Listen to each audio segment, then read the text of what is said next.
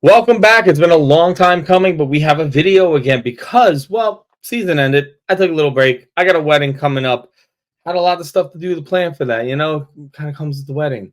But we're here today because we're going to go through each and every team and we're going to break down their draft, but for what it does for fantasy purposes. I'm not going to sit here and spit out 10,000 stats. You'll hear some, but I want to tell you what they bring to the field.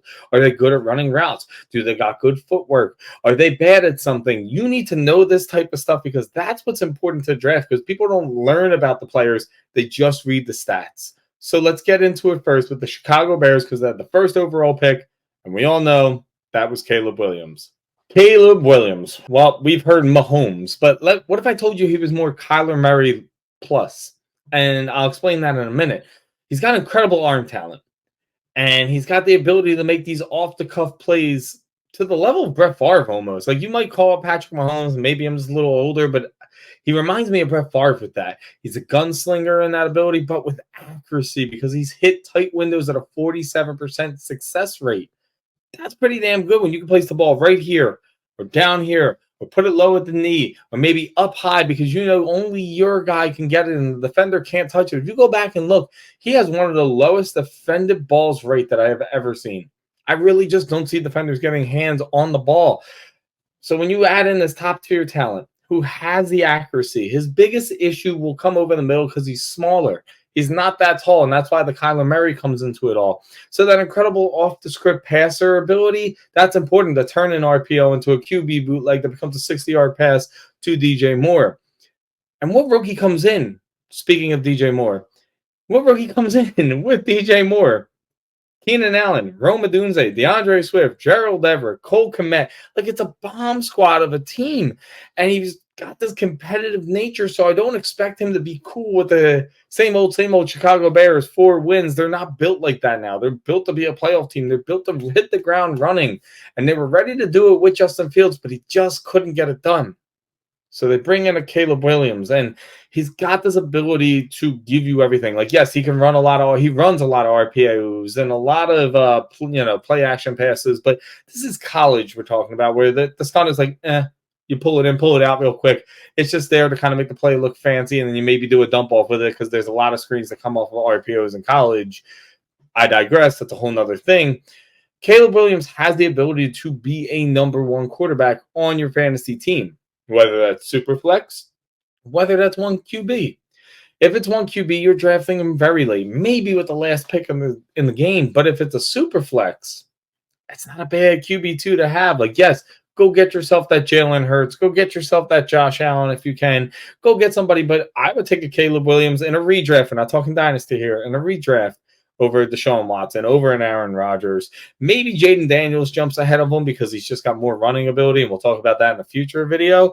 But the man is just a monster of a quarterback. So I'm not that nervous about him, but I am here to tell you about the cons. What is wrong with Caleb Williams?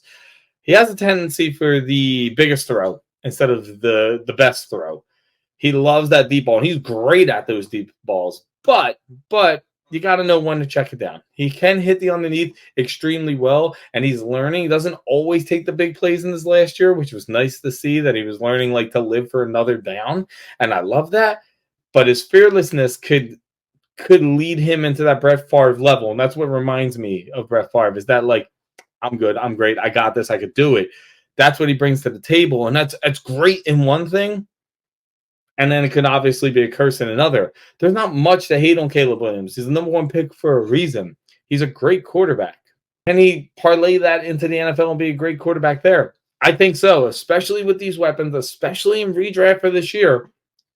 If you decide to load up your team with running backs, tight ends, wide receivers, if you decide to get the best of the best everywhere and finish with Caleb Williams, no one's going to be mad at you because he's going to have a good season. They're going to open the playbook for him, unlike what they did for Justin Fields. And the reason why they're going to do that is because of the next pick they made only a few picks later with Rome Odunze. So let's get into Rome Odunze. Rome Odunze reminds me of a supersized meal at McDonald's if that meal was Chris Olave. He's a very talented wide receiver, and we have guys like Malik Neighbors we're going to talk about, and Marvin Harrison coming up. But Rome Odunze has his own abilities to bring to the field because he has excellent hands, and an extremely large catch radius. You're talking to a guy who has like the shortest little T-Rex arms here. I wish I had a catch radius like he had, because it's insane that he could just reach pretty much everywhere. He's like a garage. I'll never forget the sports science of Calvin Johnson talking about he could do an entire garage door basically with his catch radius. And Rome Odunze reminds me of that. He has an impressive ability as well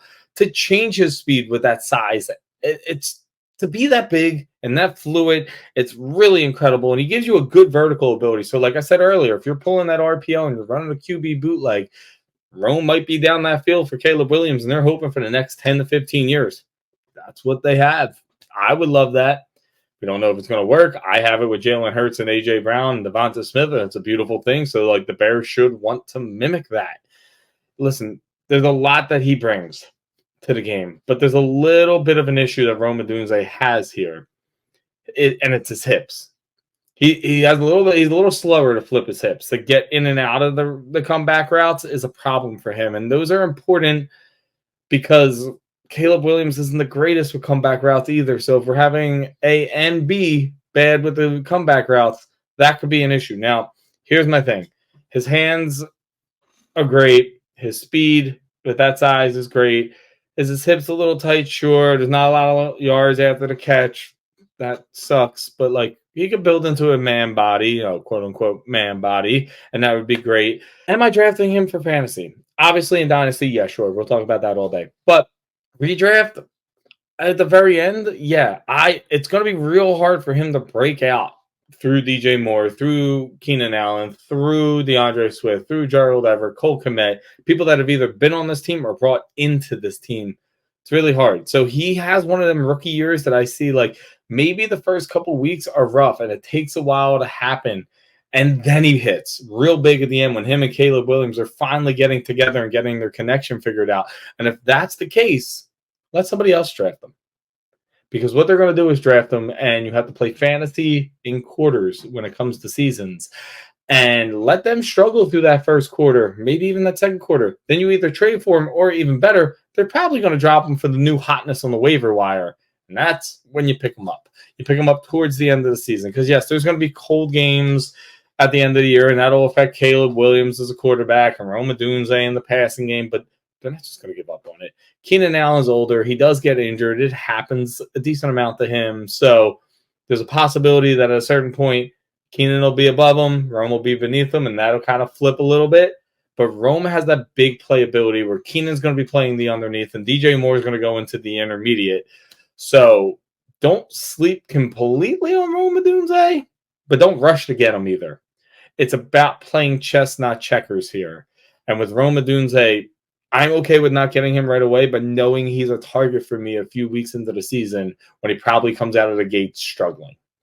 Thank you for watching the video. I really appreciate it. We're going to do it for every team, but today was just the Chicago Bears, what they could bring to the field, how they can help you in fantasy, and what I would do with them. If you like this video, please like, comment, subscribe, all that fun stuff, and we'll be back ASAP with the next team.